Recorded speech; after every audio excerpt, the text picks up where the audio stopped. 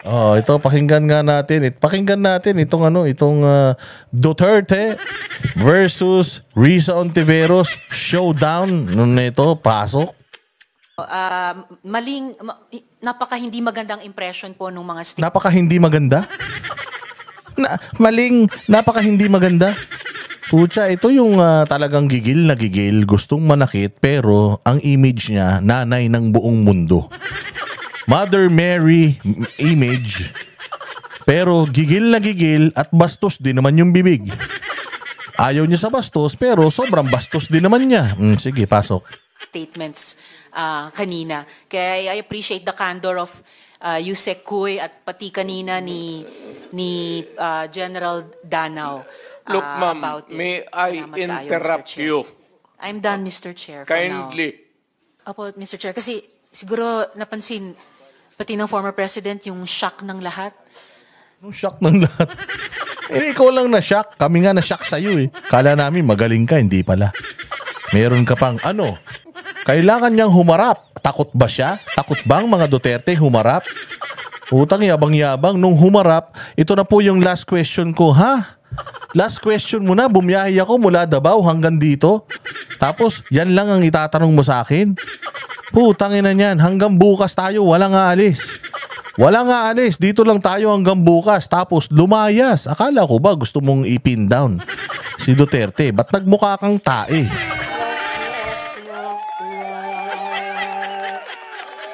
Bakit, sir, yan ba ang trabaho ng pulis? Na pumatay ng mga suspected criminals? Sir, yung mic nyo. Pag lumaban. Bakit Iba sila po yung pagka-express kasi kanina, so I had to clarify. Bakit? Na nga eh, tinanong mo, sinagot ka na nga. Tangina kasi gusto mong sagot na marinig, yung gusto mong sagot na marinig. Puta, abogado yan, piskal yan, mayor yan. Naging presidente yan. Puta, Risa Ontiveros, kahit isa sa mga posisyon na yan, hindi ka magkakaroon. Senador, sa'yo na yan. Oo, pero mayor, congressman, tapos presidente, hindi mo kailanman makukuha yung mga titulo na yan. Piskal, tumigil ka. Salamat, SP Pro Tempore. Salamat, Mr. Chair. No. Hindi yan ang tanong ko. Yung tanong mo, sinagot niya yun ang tanong mo. Ganyan ba trabaho ng pulis? Pumatay? Pag lumaban? Hindi ba magandang sagot yun? Nanlaban Anong gagawin mo? Putangin niya, nanlaban siya tapos tatakbo ka? Pulis ka? Ay na hindi na hindi na to serve and protect yun. Iba na yun. Talagang napaka hindi magandang impression po ng mga statements kanina. Kaya I appreciate. Ikaw lang ang hindi nagandahan. Pinalakpakan pa nga siya dyan Pinalakpakan pa nga si PRRD. Ang sabi pa nga ni PRRD, kapag if given another chance or kung babalik ako sa nakaraan, will I do it? I will do it. Doblehin ko pa, sabay drop the mic tapos palakpakan ng taong bayan. Nung nagpalakpakan ng taong bayan, putang ina, parang maihimatay si Risa Oy, bawal magpalakpakan dito. Bawal magpalakpakan, lumabas kayo Ginanon na lang ni Coco kasi pahiyang-pahiya si Ontiveros The candor of Yusek Kuy at pati kanina ni General Danao. Look, ma'am, about it. may I Salamat kayo, interrupt Mr. Chair. you? I'm done, Mr. Chair. for now. Kindly. Itong mga to, ma'am, galing ito ng mga sa Academy PMA. Hindi ito mga bubo. Hindi rin ito papayag na utusan mo ng illegal. Yan pa lang yung sinabi pa lang ni Duterte na yan na itong mga polis, nag-PMA yan. So are you saying, Risa Ontiveros, na bobo yung mga PMA? Hindi sila tanga na basta inutos ko, patayin mo, papatayin mo. Hindi ba nga, lagi nating sinasabi sa mga pulis ngayon, nung nasa KOJC, anong sinasabi natin sa pulis? Hindi nyo trabaho yan. Yung pinagagawa sa inyo, excessive na yan. Mali na yan, labag na sa batas yan. Inuutusan na kayo ng mga amo ninyo na lumabag sa batas. Dapat wag kayong pumayag. Yan yung sinasabi ni Duterte na pag sinabi ko sa yung patayin mo, papatayin mo. Siyempre hindi. Bakit? Kasi nga, Ano ka? You are a man of law. Ikaw ang taong sandigan ng tagapagpatupad ng batas, hindi ka lawbreaker. Ang pagpatay ay lawbreaker, lalo na kung papatayin mo ng sadya. Nag-aral yung mga yan sa academy, dumaan yan bilang plebo, pinahirapan yan hanggang sa maging gumraduate sila, at pag-graduate nila, sandamukal na training pa. Ang kanilang tinake at public safety, lahat-lahat na. Tinuro yan sa kanilang lahat, tapos ang sasabihin mo sobrang tanga nila na isang utos lang ni Duterte, patayin mo yan, papatayin nila. Ang tanong, may inutos ka ba, PRRD? Oo. Inutusan ko talaga sila, patayin nila. Puta, ang tanong, sinunod ba nila?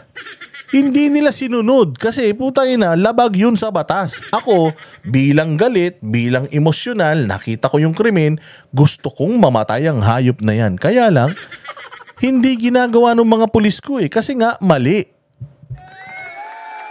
Mercedita Kalunod, salamat po. Hay nako, so sabi nga ni Bright Naria, indirect insult yan sa mga PMAers and uniformed personnel. Kaya kayong mga pulis na nanonood ngayon, wag ganito kayo itrato ni Risa Ontiveros, mga mangmang, mga caveman, mga mountain boy, mga ignorante na para kayong mga aso na pag inutusang mga kakagat na lang kayo. Hindi nga po kayo ganun. Kaya nga sabi namin sa KOJC noon, hindi kayo ganyan. Hindi kayo dapat sumusunod pag mali. Kasi kung mali na, sinunod mo pa, hindi ka na tagapagpatupad ng batas niyan, tagalabag ka na. Girls Talk, mabuhay ka. And Mercedita Kalunod, salamat.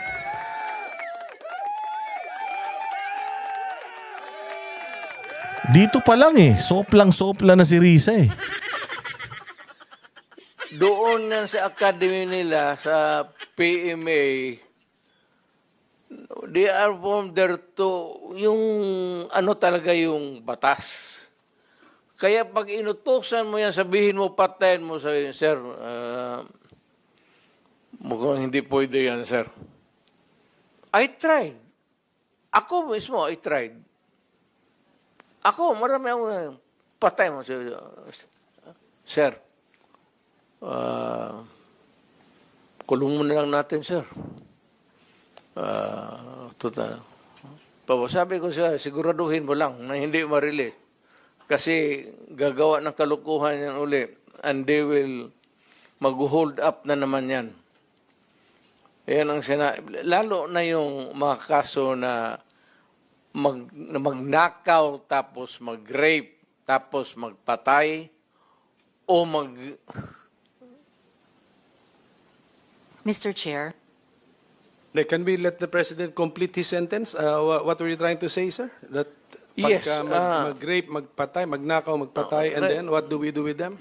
Ganun na lang ang sadness ko sa trabaho ko. Thank you. Kaya hindi ko lang sinabi ko yan kasi hindi ko lang sila mautusan ng gano'n na pagaya na sinabi ko, nag-rape ng bata, yung pinatay, patayin mo. Hindi ko mautusan itong mga to. Sabi ko, karamihan sila PMA, hindi maniwala yan ganon. Sabi man, sir, mahirap yan. Kulungin na lang natin, sir. Correct, yes. Very incorrect po, if I may say as a civilian, sa professional police. It depends kayo, on, Mr. Chair. ano na natin yan, ma'am. That's your view, It's not my Hindi view ka only, Mr. Chair. dumaan Yan na nga, it's not your view. Ikaw na nga nagsasabi. Your view is different from PRD's view. Kung hindi kayo connect, just agree to disagree. Yun ang sinasabi ni Duterte dito, this is my version. You have your version. Kwento mo yan. Bida ka dyan. Bahala ka sa buhay mo. Kung may problema ka, magsampa ka ng kaso. Ganun. Tangin na, hindi amin si Duterte sa tangang katulad mo. Thank you for Hindi ka putting it on dumaan record. pagka-mayor, pagka-prosecutor. Ako, alam ko, dumaan ako prosecutor, mayor, presidente, alam ko ang trabaho ko. Yes, Yan ang salamat kayo, totoo Mr. dyan. Anong salamat kayo? Ha? Pahiya ka, no? Ha? Hindi mo alam ang trabaho mo, wag kang mayabang. Senador ka lang. Hindi natin minamaliit ang mga senador, pero putang ina, ang yabang-yabang mo, ako, prosecutor, nag-mayor pa ako, nag-congressman pa ako, nag-presidente pa ako. Putang ina, kaya wag mo akong tuturuan dahil alam ko trabaho ko. Ikaw, gawin mo trabaho mo. If you feel like meron kang pwedeng ipinanghahawakan kay Duterte, isampa mo yung kaso. Puro kayo pa-media, puro kayo propaganda, puro kayo social media. Putang ina, all bark, no bite kayo. Wala kayong mga ngipin.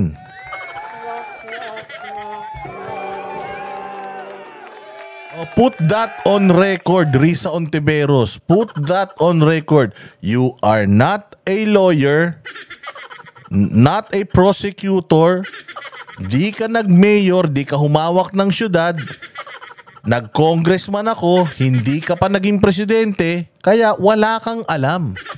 Meron ka lang ideas, mga ideologies. Pero hindi yan ang nangyayari sa ground. Pumunta ka sa ground para alam mo kung anong nangyayari. Sumama ka sa mga police operations. Hindi yung recruit kayo ng recruit ng mga bata. Di umano. Sabog. Masakit ba? Masakit ba mga dilawang tae na yung inyong flag bearer putang ina ginawang tanga sa sarili niyang tahanan?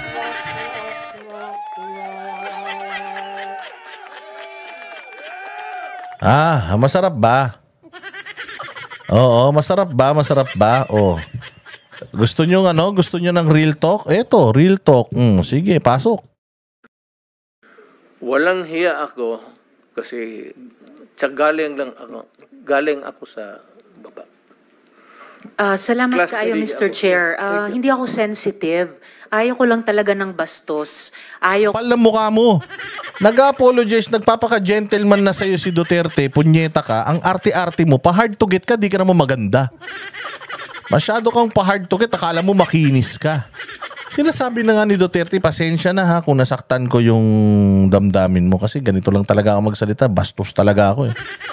Pasensya na. Sabi niya, okay lang naman sa akin, di ako sensitive, ang ayaw ko lang yung bastos. Sino mas bastos sa inyo? Dating presidente yung kinakausap mo. Dating presidente yan, putang ina, senador ka lang. Wala ka naman nagawa sa bayan. Hindi ka nga lumaban sa sa mga tiwali sa gobyerno. Binabastos mo nga siya eh. Tapos sasabihin mo ayaw mo sa bastos.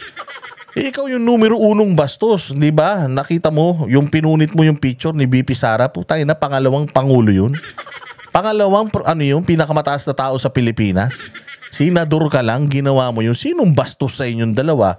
Ito ba si Duterte, pinunit niyan yung picture mo, tarpulin mo? Nagpapakita nga siya sa'yo dito kasi babae ka pa rin, ginagalang ka niya. Tapos putang ina, nag-iinarte ka pa. Kung ayaw mong igalang ka, wag kang iiyak. Wag kang magagalit pagka pinagtatawanan nila si De Lima. Wag kang magagalit pag nag-joke time sila. Hindi ka pala sensitive eh.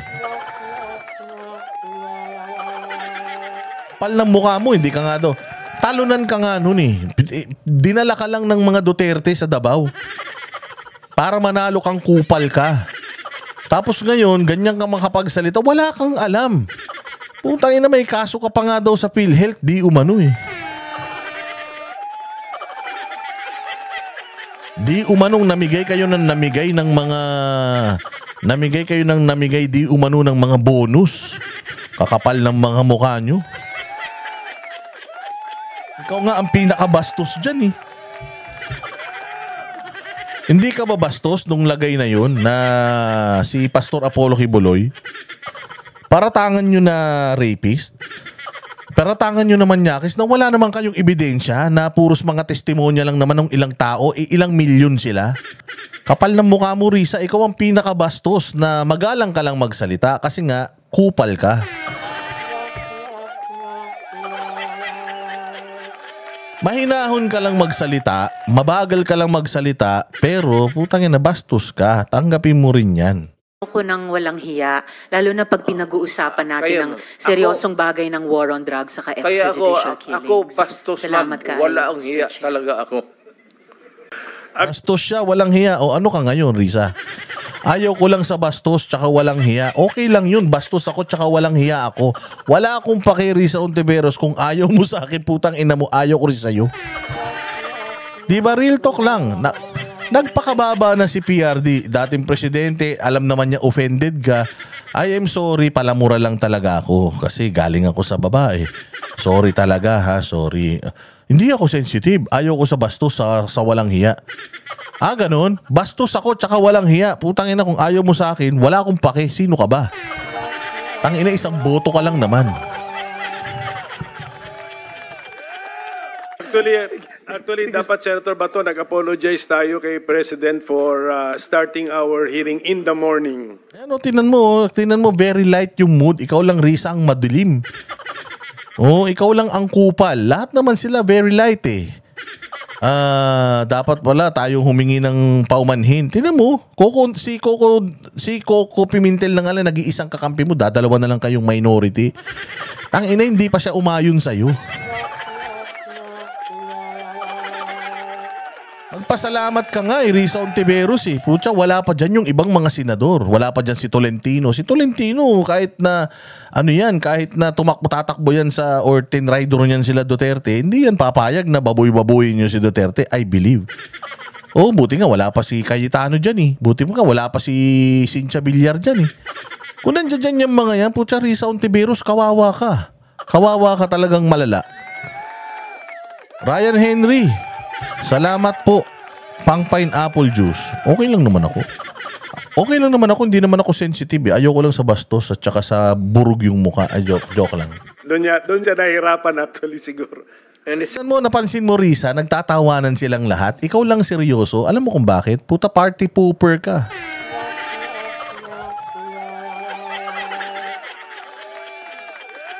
Ang tawag sa'yo, party pooper, masyado kayong seryoso kasi nga, puta, hindi nyo maikarga yung mga propaganda nyo. Gusto nyong babuyin si Duterte, pero puta, matalino siya. Mas matalino siya sa inyong lahat combined.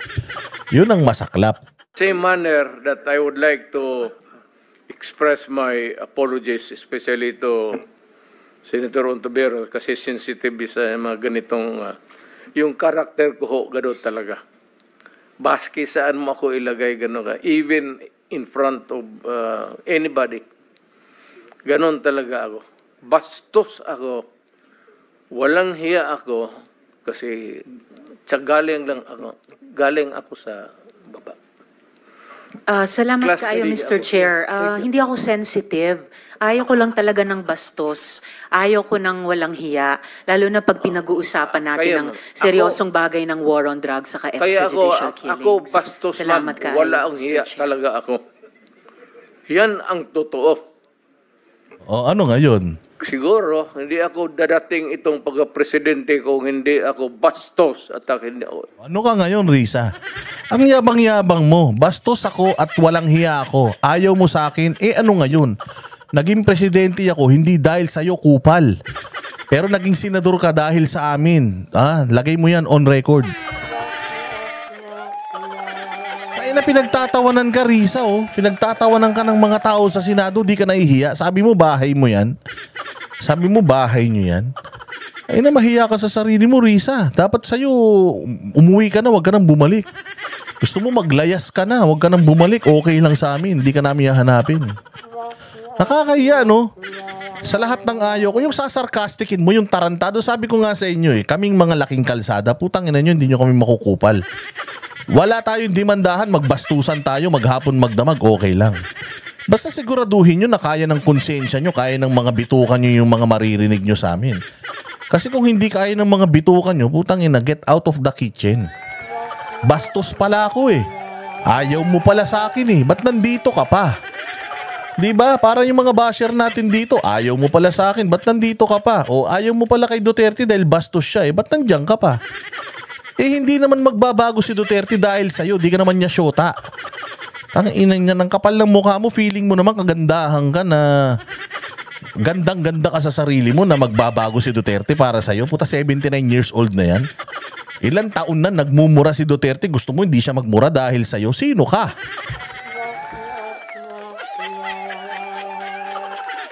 You are so full of yourself. You are not all that. Oo, masyado kang bilib sa sarili mo. Oo, pero hindi ka magaling.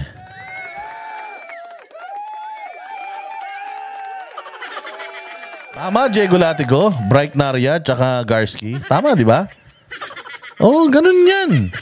So kung ayaw mo sa akin, ayaw ko lang sa bastos, tsaka bastos ako.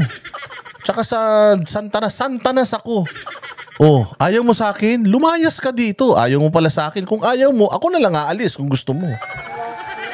Ang inang arte-arte mo, pinatawag nyo dyan eh. Diba? Pinatawag nyo ako dito. Putang ina ninyo. Kung magbababastos ako dito, wala kayong paki. Pinatawag nyo ako. Eh, di sana hindi nyo ako pinatawag kung ayaw nyo ako magsalita.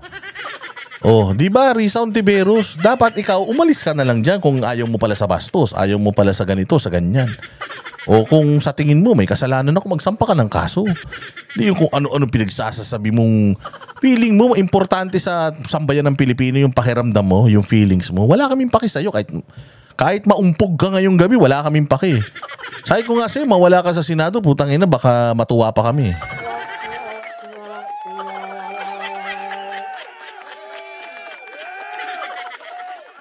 Hindi ako walang iya. Thank you, Mr. President. Hindi ako mananalo. Kung hindi ako walang hiya, kaya nga ako binoto ng tao dahil walang hiya ako. Ikaw, walang hiya ka? Mabait ka, di ba? O kita mo, hindi ka nananalo. Hindi na uso yung bait-baitan. Kasi pag nagbait-baitan ka, pupunta ka sa langit-langitan. O, kaya sabi nga ni PRD, masama ako, demonyo ako, bastos ako. Kaya nga ako nanalo eh. Ano? Di ba? Sabi rin ni Bato yan kay Chel Jokno. Chel Jokno, di ba sabi mo nung debate natin, mamamatay tao ako? Pinaliwanag ko na sa iyo yung tungkol niyan sa neutralize na yan eh, di ba? Sa sobrang galing ko nga, naging senador ako, ikaw hindi eh. So sinong tama sa atin? Sinong pinaniwalaan ng tao sa atin? Ikaw o ako? Tangina durog. I am now, hindi sa lahat ba, baka sabihin mo, magwalang hiya ako sa inyo, hindi yan. May kunting edukasyon rin ako. Decency. Yung demeanor ko, yung pinapakita ko sa inyo, yung galit ko, yung rage ko, sa kriminal yan. Kung masama loob mo, Risa Ontiveros, sa galit ni Duterte, addressed yan sa kriminal, putang ina, baka kriminal ka, baka. Hindi sinasabi kriminal ka, baka, mamisquote nyo na naman kami.